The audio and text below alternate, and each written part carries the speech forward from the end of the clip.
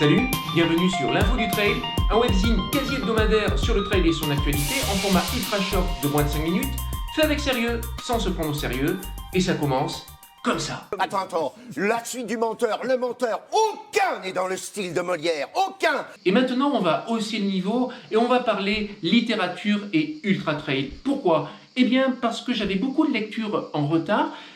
Et comme j'ai perdu mon permis de conduire, ça me permet de faire des économies en essence. J'ai perdu ma carte bleue, ou peut-être que ça on me l'a volée, je ne sais pas. Hein. Ça me permet de faire des économies. Depuis que j'ai fait opposition, effectivement, il n'y a plus de retrait malveillant sur mon compte. Et j'ai aussi perdu ma carte d'identité. Alors ça c'est utile parce que, clin d'œil à Virginie, ça me permet de me faire passer pour Ugo Ferrari. Comme j'ai perdu, ou on m'a subtilisé peut-être, tout ça et bien plus encore, je suis en train de passer l'ensemble de mon été devant ce magnifique panneau de Dossard et je n'ai rien d'autre à faire qu'à lire mes lectures trail en retard. Du coup, je vous ai fait une sélection et je vous la présente. Oui, d'accord, ceux qui suivent sont en train de se dire « Tiens, voilà l'info du trail numéro 14 » alors qu'il n'a pas encore posté l'info du trail numéro 13. C'est très simple, j'explique, ma voisine, elle est partie en Kansva et c'est elle qui a la fibre. Et l'info du trail numéro 13, elle fait plus de 10 minutes. J'attends qu'elle revienne pour la télécharger.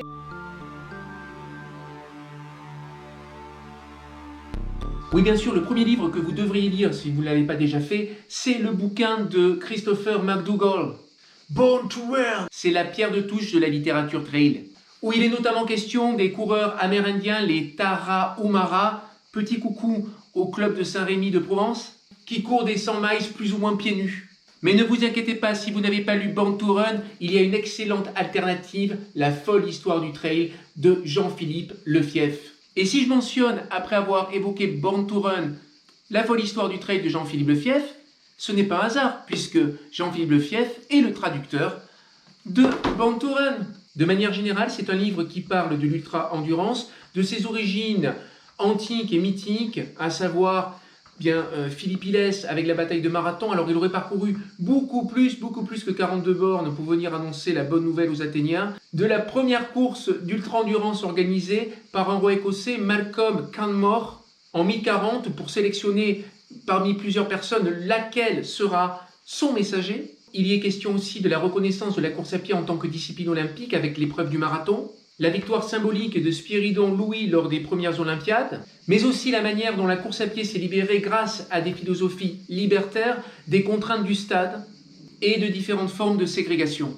Jean-Philippe retrace aussi l'histoire des courses les plus emblématiques de l'ultra-endurance, la MDS, les Templiers, la Diagonale des Fous et bien sûr l'UTMB qu'il a, je crois, réalisé 10 fois. J'ai appris au passage que le nom de la montagnarde, le dernier ultra que j'ai fait début juillet, eh bien ce nom c'est lui qui l'a soufflé aux organisateurs.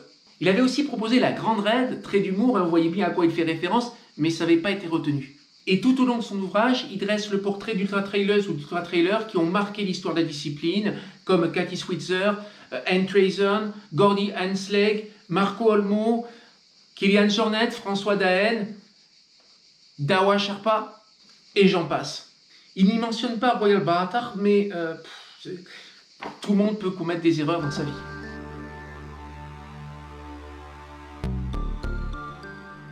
Deuxième book que je vous présente, parce qu'il faut en avoir au moins lu un du maître, Kilian Jornet, Au-delà des sommets. Alors pourquoi celui-ci plutôt que Courir ou mourir, ou La frontière invisible, ou Summits of my life? Pourquoi ?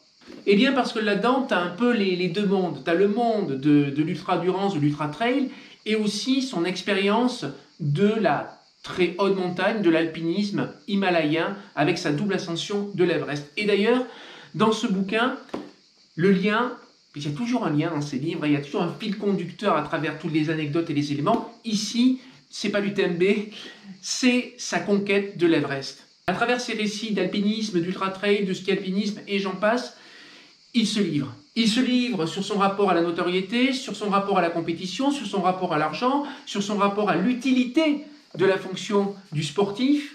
Et ce qui est très séduisant chez Kilian, malgré une petite tendance historique à la provoque, c'est sa très grande humanité et humilité. Mais ce qui m'a le plus marqué à la lecture de son ouvrage, c'est son sentiment de culpabilité par rapport à toute la reconnaissance qu'il reçoit et qu'il estime imméritée de par la fonction sociale qu'il occupe. Par exemple, à l'issue d'une course, il raconte ça, page 174-175, il est félicité par une professeure et par un maçon. Et il se dit, mais c'est pas moi qui dois être félicité, c'est eux, parce que eux, ils occupent une fonction sociale fondamentale. Si il n'y avait plus de maçons, il n'y avait plus de professeurs, eh bien la société en serait particulièrement affectée. Alors que s'il n'y a plus de sportifs de haut niveau, la société elle continue de tourner. Et il supporte tellement mal cette notoriété que lorsqu'il est en expé en automne 2016 pour faire l'Everest, il a une idée. Et si on envoyait un message pour annoncer que je suis mort? Je suis sûr que ça se répandrait sur Twitter comme une traînée de poudre jusqu'à devenir vrai. On annoncera ensuite à Emily c'est sa compagne qui s'est fait souffler d'ailleurs il n'y a pas longtemps le record de l'ascension du Mont Blanc, à mes parents et à ma sœur que c'est un mensonge et que j'ai voulu faire circuler le message pour récupérer l'anonymat et ma liberté. Alors évidemment ses copains l'en dissuadent en lui disant c'est pas une bonne idée ça. Mais ça lui revient. Un jour, j'ai eu une autre idée de génie. Ouh là là, quand il dit qu'il a une idée de génie, il faut se méfier. J'ai raconté à Emily et à mon agent que je voulais disparaître. Bien qu'ils n'aient pas été plus surpris que ça, ils ont accueilli ma demande avec scepticisme et m'ont expliqué que j'avais une fonction et une responsabilité, celle de motiver le plus de monde possible à faire du sport et à se rapprocher de la nature. Oui, parce qu'il y a un autre grand sujet chez Kylian Jornet, c'est la nature. Bref, c'est un homme d'une grande sensibilité et on a beaucoup de chance d'avoir pour ambassadeur de notre discipline une telle personne. Regardez qui ils ont dans le monde du football.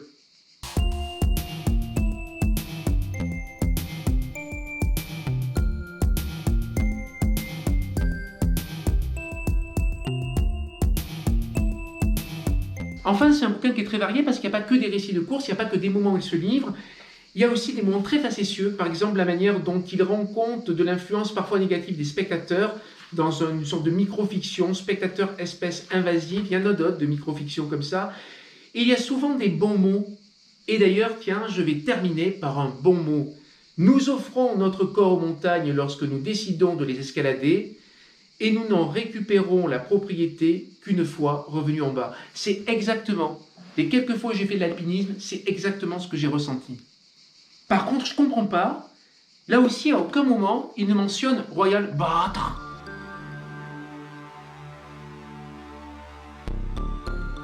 Je termine avec Ultra Blabla de Jean-Luc Cadenel. J'en ai déjà parlé dans la vidéo sur la montagnarde, d'accord, mais c'est pas une raison pour pas en redire un mot. Oui, parce qu'après t'être tapé les 260 et quelques pages de la folle histoire du trail de Jean-Philippe Lefief et les 300 et quelques pages de Au-delà des sommets de Kylian Jornet, t'as envie un peu de te détendre. Et quoi de mieux qu'Ultra Blabla? Jean-Luc Cadenel rend compte avec beaucoup d'humour, voire de second degré, voire de 5e degré, voire de 10e degré, de tous les aspects et de toutes les figures marquantes de la discipline. Avec une mention spéciale sur le vocabulaire, parce que je trouve qu'en brossant tout ce qu'il y a à savoir sur le avant, le après et le pendant d'une course, eh bien, il dit tout ce qu'il faut savoir. Tu parles trail. À la fin du bouquin, tu parles trail. C'est comme le français, mais c'est la langue des ultra-trailers. Si tu as déjà participé à un ultra, tu retrouveras plein de situations auxquelles tu as été confronté. Tu vas te reconnaître aussi bien au départ, là, ce discours qui est fait par le speaker et que personne n'écoute, les problèmes rencontrés, les mirages, les douleurs. Comme dit Nietzsche, tout ce qui ne tue pas rend plus fort, mais quand même, je rajouterai qu'en ultra, tout ce qui ne tue pas rend plutôt plus faible. Et si tu n'as pas été confronté à l'expérience de l'ultra, l'air de rien, ce livre va tout te dire. Et puis ce livre a une autre qualité, c'est qu'il y ait question, enfin il y ait un tout petit peu question de la chaîne YouTube Royal Bâtard.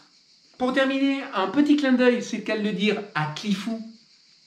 Tu vois, c'est pas la peine d'attendre la cinquantaine pour ça.